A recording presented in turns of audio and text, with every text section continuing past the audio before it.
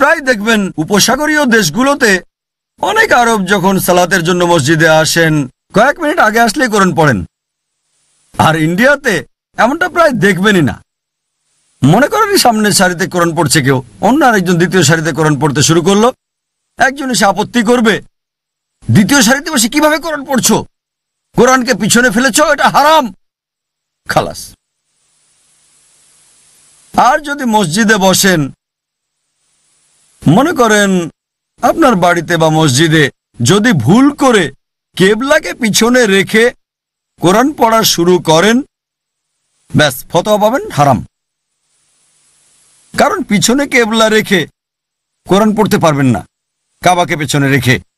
অথচ এই কাজগুলো আমি মক্কায় অনেকবার দেখেছি। দেখবেন সেখানে তালিমুল কোরআনের ক্লাস হয়, হিফজ ক্লাস আছে, ছাত্ররা সারি করে বসে, অনেকে অন্যদের পেছনে রাখে যাদের হাতে কোরআন আছে।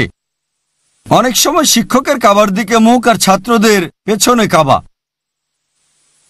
তাহলে এটা আসলো কোত্থেকে, কোরআনের কোন আয়াতে পেল, কোন হাদিস থেকে আমি জানি না।